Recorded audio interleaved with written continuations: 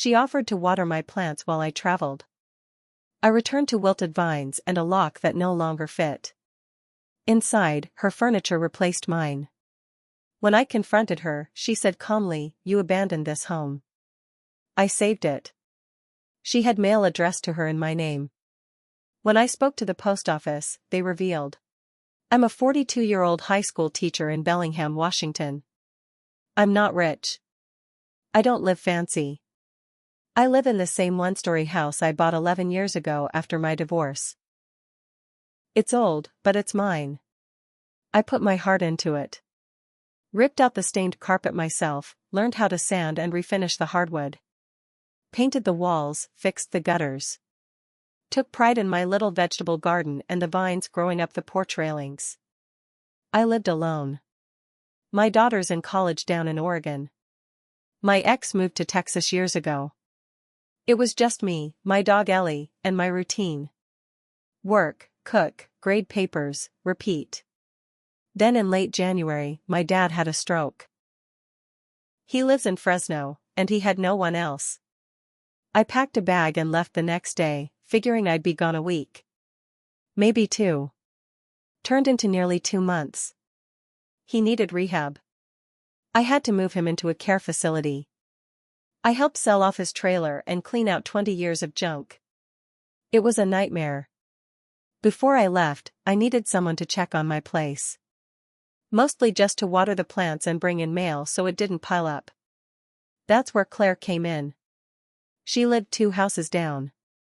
Maybe mid-30s. Quiet. Friendly. We'd exchanged a few hellos over the years. She worked from home, didn't go out much. When I posted in our neighborhood Facebook group asking if someone could help while I was away, she replied almost right away.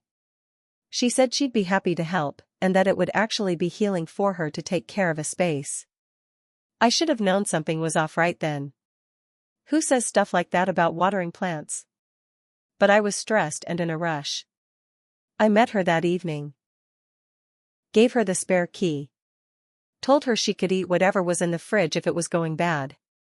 I even wrote her a little note and left it on the counter. "Claire, thanks again for helping.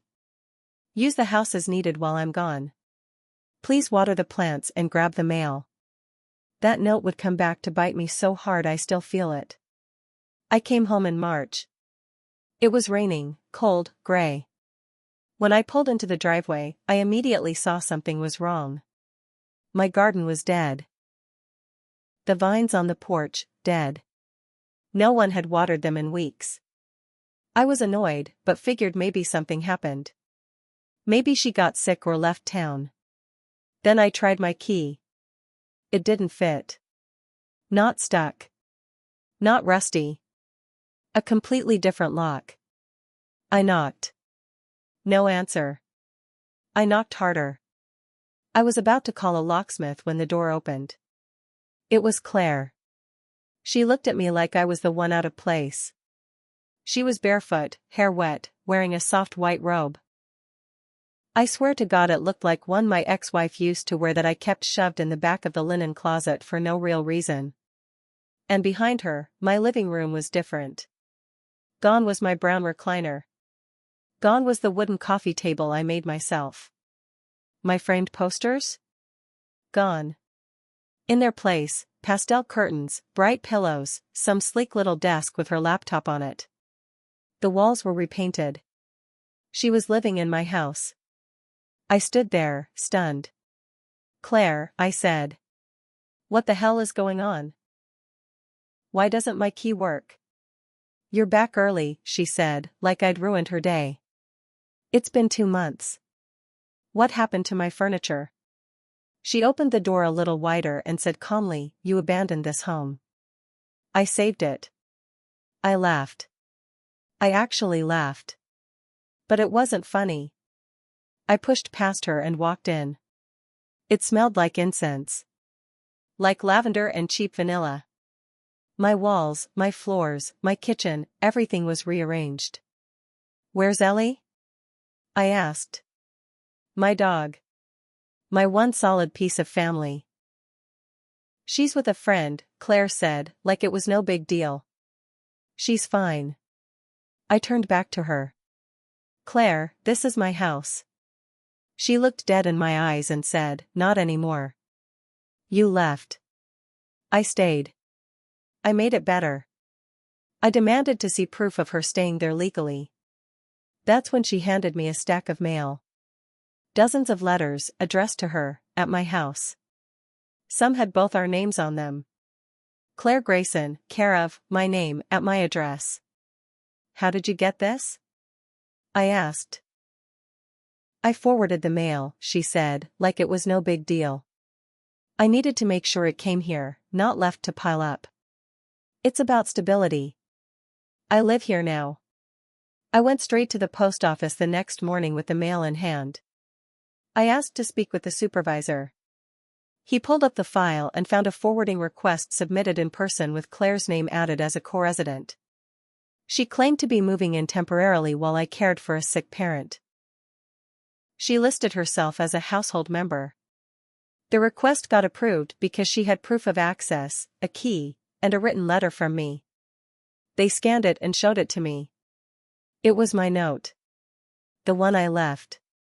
The harmless, short letter, thanks for helping, use the house as needed. That was her proof. The post office guy shrugged. Sorry, sir. We processed it based on what we had. You might want to speak to a lawyer. Back home, I tried calling the police. Explained everything. When the officers came, they were nice enough, but they couldn't do much. She showed them the mail. The note. A printed utility bill with her name on it. She'd opened an internet account while I was gone. She said I'd given her verbal permission to stay, and the note backed it up. I said, she's a squatter. They said, this looks more like a civil matter. You need to go to court. So I got a lawyer. Cost me $400 just for the first consultation. Then I found out the worst part. I called the kennel where I boarded Ellie before I left. They told me they gave her to Claire. She brought documents, the owner said. Said she was your emergency contact. Said Ellie was in distress being kept here and that you were unreachable. She took my dog. Lied her way into the kennel and walked out with her like she was doing some noble rescue. I had no words. The lawyer I hired started digging. Found out Claire had pulled similar stunts before.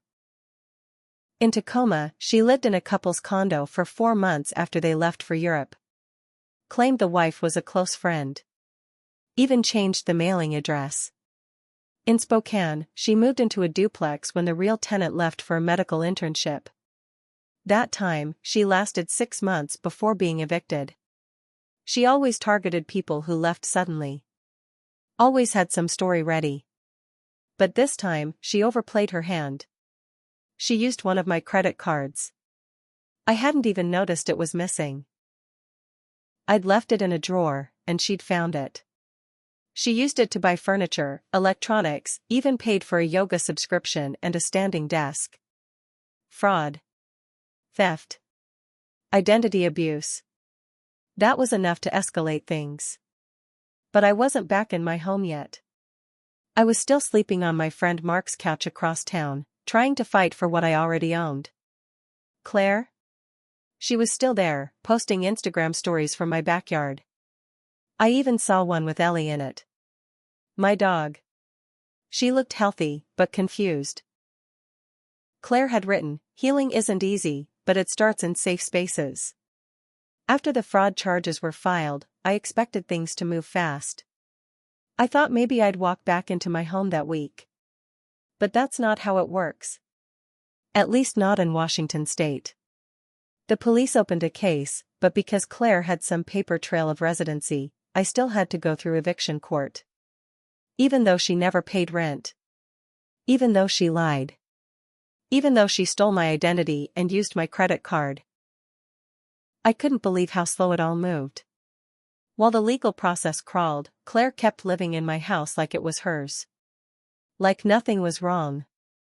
One morning I drove by just to see if my truck was still in the driveway. It was gone. Later that day, I found out she sold it. Sold my truck. She forged a title transfer using a copy of my registration. The buyer was some kid in Tacoma who bought it off Facebook Marketplace. He even posted about the sweet deal he got on a '98 Ford F-150 in a local group. I showed my lawyer.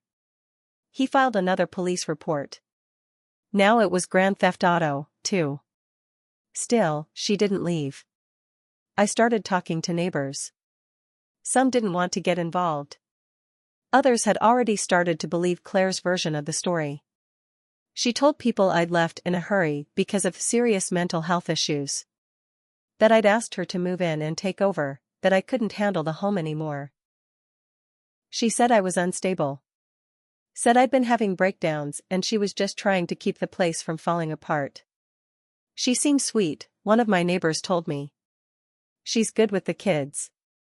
We thought she was maybe your girlfriend or something. I wanted to scream. Then I got a voicemail from my principal. Someone, Claire, had called the school. Told them she was my partner, said I'd been acting paranoid, unstable, possibly suicidal. Asked them to do a wellness check on me. She was trying to wreck my job. I walked straight into the HR office and told them everything. Gave them my lawyer's card. Showed them the police reports. Thankfully, they believed me. I'd been teaching there for 9 years.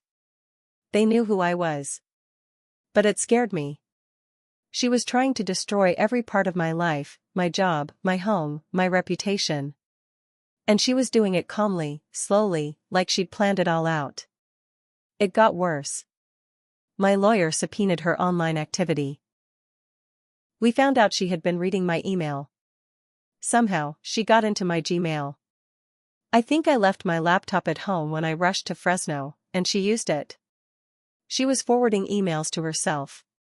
Password resets, bank statements, even legal emails from my attorney. She knew everything I was planning. She was always one step ahead. We filed for an emergency restraining order. The judge granted it based on the fraud, the identity theft, the email breach, and the dog theft. But even with the restraining order, we still needed a court order to physically remove her from the house. It was coming. Slowly. But in the meantime, she pushed back. She filed a harassment claim against me. Claimed I was stalking her. Said I parked outside her home at night. That I was threatening her by contacting her employer, she didn't even have one. She even said I had hit her once, which never happened. That claim delayed the eviction hearing by almost 2 weeks. 2 more weeks of her living in my house. Then came the twist I didn't expect. A man showed up at my friend Mark's place looking for me. Said his name was Lucas. He looked nervous. Said he used to live in Portland. Turns out, Claire had pulled the same thing on him. 4 years ago. Different name, back then she went by Nina. He'd left for a temporary teaching job in Arizona. Gave her his spare key so she could feed his cat. When he came back, same story. New locks. New furniture. Cat was gone. He never got his place back. He ended up moving in with his sister and filing for bankruptcy. He saw my story posted on a local community subreddit and recognized her right away. Same face, same calm voice, same lies. He offered to testify. Said he still had screenshots, emails, police reports. That was the break we needed. My lawyer filed an emergency motion with the new evidence. Between that and the credit card fraud, the truck theft, the forged title, the dog theft, and now this second victim, finally, the court moved. The eviction hearing was back on. But Claire didn't go down easy. She had one more card to play. 3 days before the hearing, I got a call from animal control. There had been a complaint. Someone said Ellie was being neglected. That she was left alone for long periods, underfed, possibly abused. I hadn't even gotten Ellie back yet. She was still living with Claire. It was a setup. Claire was trying to have my dog taken away before I could even bring her home. We're close to the end now. The hearing is coming. Claire is still in my house, living in it like she owns it. She hasn't been arrested yet. These things take time, apparently. But this isn't over. Not yet. I'm not letting her win. The day before the court hearing, I couldn't sleep. I sat in my car outside a 24-hour diner, drinking coffee I didn't want, staring at my phone, waiting for something else to go wrong. After everything Claire had pulled, I was convinced she had one last move waiting. I was right. At 6:42 a.m., I got a text from my lawyer, "Call me immediately. Claire filed a restraining order against you, claims she's pregnant." I felt like the air had been knocked out of me. I called. My lawyer answered on the first ring. "She filed the paperwork last night," he said. "She says you two were in a relationship. That the pregnancy was the reason you panicked and abandoned the home.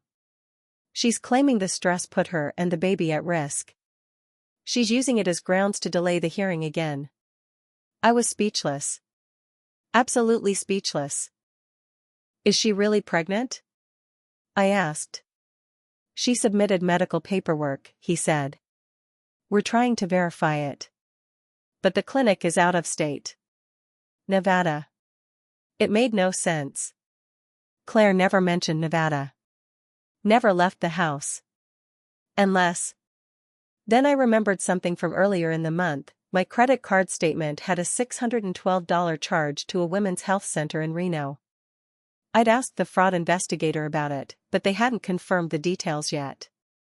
She used my card to get a fake pregnancy record. We scrambled. My lawyer filed an emergency motion to challenge the restraining order. He added it to the fraud complaint. Luckily, the judge was already familiar with the case and agreed to keep the hearing as scheduled. But now Claire wasn't just playing defense, she was trying to rewrite history. Painting me as her unstable ex who bailed when she got pregnant. A teacher with a temper. A controlling man who didn't want the responsibility. Her words. Not mine. She brought printouts of my texts, the few casual ones we exchanged before I left for Fresno. Me thanking her, offering her the fridge food, saying I owe you one. She twisted every line. She even showed the court the Instagram stories she'd posted, Ellie playing in the yard, meals she'd cooked in my kitchen, her caption about healing in safe spaces. She said they were evidence of a shared domestic life. I was fuming. I stood there while she lied. Calm. Quiet. Sweet-faced in a cardigan. Even got a little teary when the judge asked how the situation had affected her health. And I watched the judge listen. Not agree. But listen. Then came the turn. My lawyer asked the judge to review Claire's past filings. Our private investigator had gotten a hold of documents from her other evictions. Turns out, she'd used the pregnant and abandoned story before. In Portland in 2021. In Eugene in 2019. Same wording. Same excuse. Different names for the men she accused. When asked to explain that, Claire said simply, those situations were similar. I guess I have a type. That's when the judge's tone shifted. She didn't show up for the next hearing. She sent a letter instead, claiming she was on doctor's orders to remain on bed rest due to a high-risk pregnancy. Included a vague doctor's note, again from Nevada. No signature. No contact number. My lawyer called it what it was, fabricated. The judge finally issued a removal order. But Claire still had 7 days to comply. 7 days. 7 more days of her living in my home, possibly getting rid of evidence. 7 days to vanish or make things worse. And she did make it worse. On the 5th night, I drove by the house again. I wasn't supposed to. The restraining order was still technically in place, even though it was being challenged. But I had to see it. I parked down the block, out of view. The lights were off. Too quiet. My stomach dropped. I walked up the side path through the alley and looked into the kitchen window. Empty. Completely empty. No furniture. No laptop. No Claire. Gone. I ran to the front. The lock had been changed again. This time, it wasn't even a residential lock. It was a heavy-duty keypad one, commercial style. That night, I called the sheriff. The next morning, they executed the removal order. They forced the door open. Inside? Trashed. Everything destroyed. My bed slashed. My books torn. Pictures ripped from the frames. Even my daughter's childhood photos, smeared with marker, scratched out. The smell of rot was everywhere. She'd left meat out in the walls. Packed into vents. To make the house unlivable. Ellie? Still gone. No note. No forwarding address. Just a single word carved into the wall above my old couch space, liar, that was 2 days ago. I'm sleeping in a motel now. My lawyer's trying to track Claire down. Her phone's off. Her Instagram's deleted. She vanished. But I'm not stopping. This isn't over. She took my home. My dog. My peace. She tried to ruin my name. She doesn't get to disappear. Next part soon. I'm getting closer to finding her. After she disappeared, the police tried to act like it was over. She's gone, they said. Be glad she's out of your life. But I couldn't let it go. She still had Ellie. And I couldn't sleep in peace knowing Claire, or whatever her real name was out there, maybe already doing this to someone else. I hired a second private investigator. A guy named Tim from Seattle who used to track down people for bail bonds. He was expensive, and he didn't promise results, but he listened carefully, took notes, and asked the right questions. I gave him everything: photos, emails, credit card charges, court documents, even the Reno clinic she'd claimed sent the pregnancy note. He said, "You don't vanish unless you've done it before. People like her always leave crumbs." 2 weeks passed. Nothing. Then one morning, Tim called. I think I found her. She'd changed her name again. Now she was going by Rachel Avery. Living in a rented farmhouse outside of Missoula, Montana. She'd used a fake Oregon ID and forged income statements to rent the place. But here's the twist, she wasn't alone. She was living with a new guy. Some small business owner in his late 40s. Divorcee. Owned a little landscaping company. Claire, or Rachel, told him she had escaped an abusive ex in Washington. Said I'd locked her in a toxic relationship and tried to keep her from having her baby. Claimed I'd stolen her identity and threw her out when she got pregnant. She played the victim. Again. But this time I had proof. Tim said, "We do this right, or not at all. You go to the Montana cops, they might stall. But you go to the feds, with identity theft, credit card fraud, and cross-state impersonation, you've got leverage." He was right. We filed everything, dozens of pages. With a federal agent out of Spokane. It took weeks, but they finally picked up the case. The forged documents, the truck theft, the bank fraud, the forged pregnancy note, it was a paper trail a mile long. They didn't just send cops to her house. They sent a federal team. The arrest happened on a Tuesday morning. I drove out to Montana with Tim. I wasn't allowed near the house when it happened, but I parked close by. I watched from a distance as 3 unmarked cars rolled in and boxed her place. She came out in cuffs, still wearing her sweet little cardigan, acting confused like she didn't know what was going on. She saw me standing on the gravel road as they put her in the car. She didn't cry. She didn't scream. She smiled. That same small, calm smile, like she was the one who knew a secret I didn't. Now here's where karma finally hit. Turns out, Claire had no baby. The pregnancy was fake. She bought the documents off the dark web from a fake clinic used in scam custody cases. That was felony number 1. Second, she didn't just steal my dog. She sold her. To a breeder in northern Idaho. She listed Ellie on a private Facebook group for reputable shepherd homes only. Said she was relocating due to a domestic violence situation and needed someone to take her dog.